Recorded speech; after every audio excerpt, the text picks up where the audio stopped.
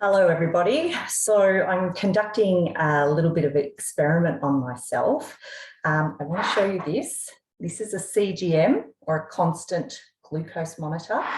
And it's a little filament that is under my skin, sitting in the interstitial fluid between my cells. And it measures my glucose in real time and gives me feedback, obviously tells me my glucose levels at the time. So this technology allows me to see day in and day out what's happening with my blood sugar, and this will hopefully allow me to make better choices and some behaviour changes to do with my diet and lifestyle, with the aim of staying away from these big spikes all day long. So I'm going to be posting what I learn from this experience for those interested in metabolic health. So, and I guess you might be thinking, you know, isn't this tech just for diabetics? Yes, it was invented for diabetics, and what a terrific piece of technology to help them monitor their glucose so they can stay out of that extreme hypo and hyper range. But more and more, it's sort of being used for preventative health by the general public. So I'm a curious person, and I suspect I know the foods that might be spiking my insulin, and I'll explain a little bit about why that's important over the coming days and weeks. It's relevant to everybody, absolutely everybody. So I guess you might be asking, how is this relevant to me? And I guess let me explain how it is relevant to everyone by giving you a little reality check. And that is that 1 out of 2 of us Australians, and that number is rising, the trend is going up, will get a chronic disease in our lifetime, and probably several. Chronic diseases make up 1 in 2 every hospitalisations, and 89% of the death burden. So it's relevant to all of us. So high blood sugar and spiking your blood sugar all day is amongst the bigger drivers of not only inflammation, but also it directly has a hand in and indirectly in every chronic disease. So, you know, almost all of that chronic disease burden can be prevented and treated and even reversed with diet and lifestyle choices. So I guess it's relevant to know that you don't just kind of wake up one day with diabetes or heart disease or Alzheimer's or arthritis or mental health conditions. You are likely kind of progressing along this metabolic spectrum over the course of years and sometimes even decades.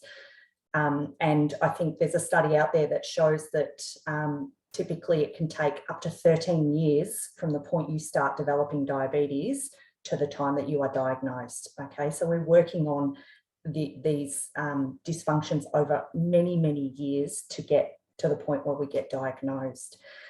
So about 80 or 90% of us are metabolically unhealthy at the moment, and being young and fit does not preclude you from this at all.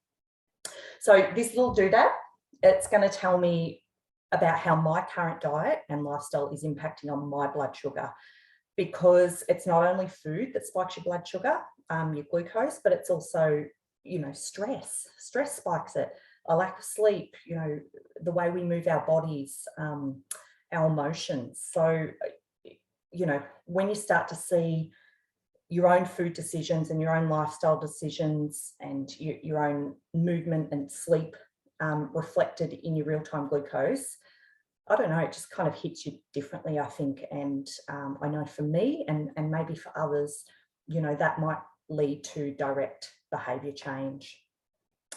The other thing is, you know, a carb in the mouth doesn't necessarily equal like glucose in your bloodstream. It's not like this one-and-one relationship. It's different for all of us, depending on all those factors that I just mentioned, like sleep and movement and your microbiome, really importantly. So what spikes my blood glucose may not spike yours, and vice versa. So it's really, you know, the CGM is really a tool just to cut through all the noise about what I should be eating to keep my blood sugar stable and give me real-time data to cater for my own biochemical individuality, because, you know, a banana might spike my blood sugar quite dramatically. It may not do it to you, yet a cookie may not spike mine and it may spike yours. So, you know, it's really valuable information just for yourself. And, you know, the GI value of a food is not necessarily going to be accurate for your body. So from there, I might be able to start to make some connections between what I'm eating and what I'm doing, and how it spikes my glucose compared to, you know, looking at how I'm feeling, my mood, my energy, my cognition, my athletic performance. And then hopefully I'll be able to start to make some behavioural changes and eat the foods that are best for my own physiology, based on, you know, the glucose spike that it gives me. Anyway, that's enough for today. If you're interested, you know, follow along. A CGM lasts for about 2 weeks and you get 2 in the packet. This is them there. Freestyle Libra is the brand. I'm not sure if you can see that very well. You know, this is relevant to everybody. And I don't know about you, but I don't want to wait for symptoms to manifest before I take active preventative steps. And yeah, so this is one of those steps, and it is only one marker. It's only one measurement. You know, I'm not going to pin my whole life upon it, but it's really, really valuable information. And I'm really just hoping to learn some new things about what my body likes, and how different foods affect my bodies, and how my emotions affect my blood glucose. So yeah, it's just a learning experience. I'm a curious person, and I will hopefully be able to provide some, you know, some valuable information to you along the journey as well. So stay tuned, and yeah, ask questions if you like.